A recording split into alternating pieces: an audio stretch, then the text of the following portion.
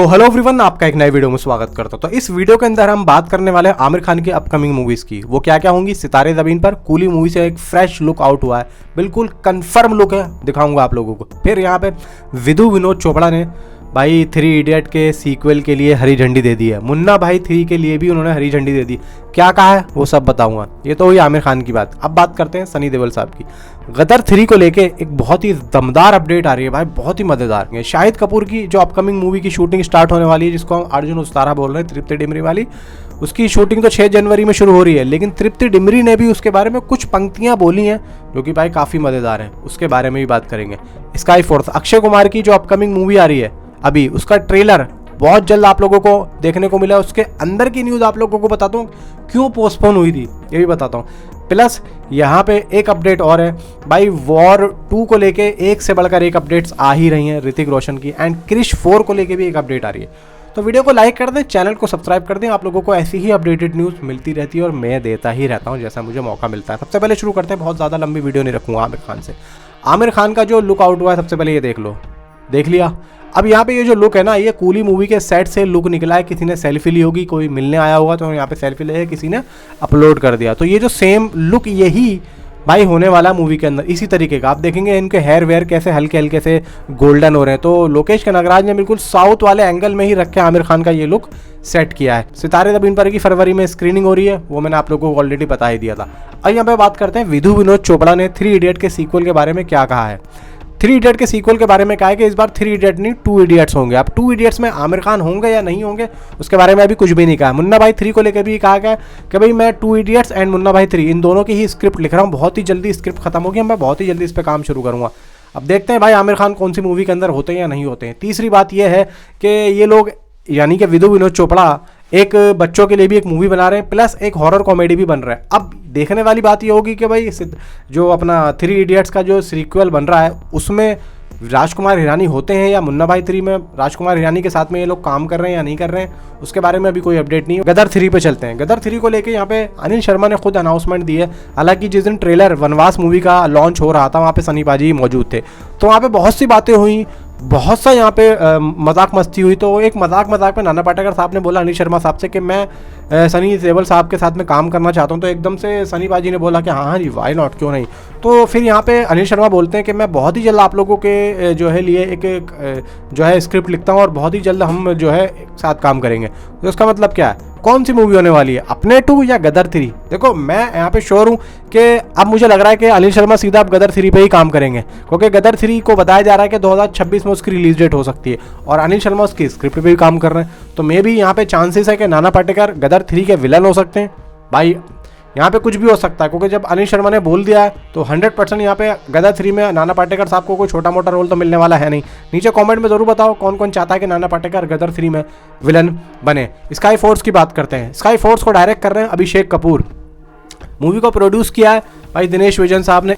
अब ये movie postpone क्यों हुई थी? मूवी पोस्टपोन हुई कुछ विजुअल इफेक्ट्स की वजह से। यानी कि जब इस मूवी को पूरा तरीके से बना लिया गया था तो मूवी को देखा गया, मूवी के अंदर बहुत कमियां दिखी, बहुत ज़्यादा कमियां दिखी। तो यहाँ पे मेकर्स ने ये सोचा कि मूवी को पोस्टपोन करो और देखते हैं इसकी रिलीज डेट क्या रखते हैं। फिर दोबारा से जो इनको सीन कमज़ोर लगे उन सीन को रीशूट किया। अभी मनाली में, आई थिंक सो शायद मनाली में एक सॉन्ग शूट हुआ है एंड यहाँ पे कुछ फिल्म के पार्ट्स थे वो शूट हुए हैं। प्लस यहाँ पे जो शरद केलकर हैं वो मूवी के अंदर हैं, लेकिन वो एक पाकिस्तानी एयर ऑफिसर के किरदार में आप लोगों को दिखाई देंगे। यानी कि टोटल यहाँ 1965 की एरियल एक्शन मूवी होने वाली है। फर्स्ट एरियल एक्शन मूवी मतलब एरियल फाइट हुई थी, मतलब एयरफोर्स जो फाइट हुई थी 1965 में, ये उस दौर पे बनी है और एरियल एक्शन मूवी होने वाली है 1965 के दौर में आप लोगों को ये लेके चली जाएगी। तो जिस तरीके से इसकी अपडेट्स आ रही हैं भाई बहुत ही दमदार आ रही हैं। एंड 2-3 दिनों में इसके टीजर या ट्रेलर की आप लोगों को अनाउंसमेंट या टीजर आप लोगों को देखने को मिल जाने वाला है। बात करते हैं शाहिद कपूर की अपकमिंग मूवी अर्जुन उस्तारा की। तृप्ति डिमरी ने अभी लास्ट ही में एक अपडेट दी, मतलब अपडेट क्या, एक न्यूज़ ही या फिर एक मीडिया हाउस से बात करते हैं स्टार शो अपनी एक मनोबल, जो अंदर की जो खुशी होती है उसको बाहर लाते हैं कि मैं बहुत खुश हूँ और मुझे बहुत अच्छा लग रहा है। और विशाल भारद्वाज के साथ में काम करना मेरा एक ड्रीम था, और मेरे जो एक प्रोजेक्ट थे कि भाई मैं कभी आगे किसी डायरेक्टर के साथ काम करूँ, तो उन्होंने कहा कि उनमें से एक विशाल भारद्वाज भी थे, और विशाल भारद्वाज के साथ में मुझे काम करने में बहुत ही मज़ा आएगा और मुझे अच्छा लगेगा।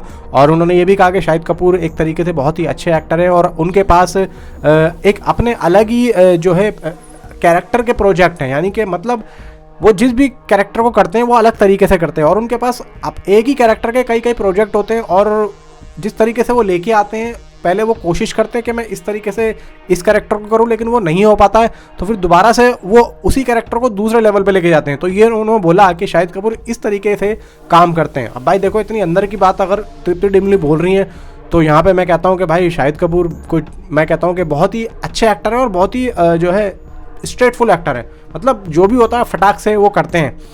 प्लस यहाँ पे बहुत ही जल्द इसकी शूटिंग स्टार्ट हो रही है। देवा का टीज़र भी दोस्तों आप लोगों को बहुत ही जल्द देखने को मिलेगा। इतना मैं कह रहा हूँ, देवा की टीज़र की अनाउंसमेंट बहुत ही जल्द आप लोगों को देखने को मिलेगी। जितना समय जा रहा है ना भाई, जाने दो। कल जो फैंस ने बोला है 22 तारीख, भाई देखो मेकर्स जाग जाए। मैं तो चाहता हूँ कि 22 तारीख को आज ही अनाउंसमेंट कर दें, या फिर हो सकता है जब आप ये वीडियो देख रहे हो सकता है हो जाए अनाउंसमेंट, क्योंकि मैंने जब ये वीडियो बना के बैठा था जब तक तो अनाउंसमेंट नहीं हुआ था, तो मे भी हो सकता है हो जाए, कल आ जाए टीज़र या ट्रेलर, खैर जो भी है आएगा, लेकिन बहुत ही जल्द आएगा। मे भी चांसेस हैं कि हो सकता है 25 तारीख के आसपास आ जाए। देखो भाई, वॉर 2 की अपडेट्स बहुत आ रही हैं भाई, पोर्ट सीन सीक्वेंसेस की अपडेट्स आ रही है, पिक्चर्स इतनी ज़्यादा वायरल हो रही है।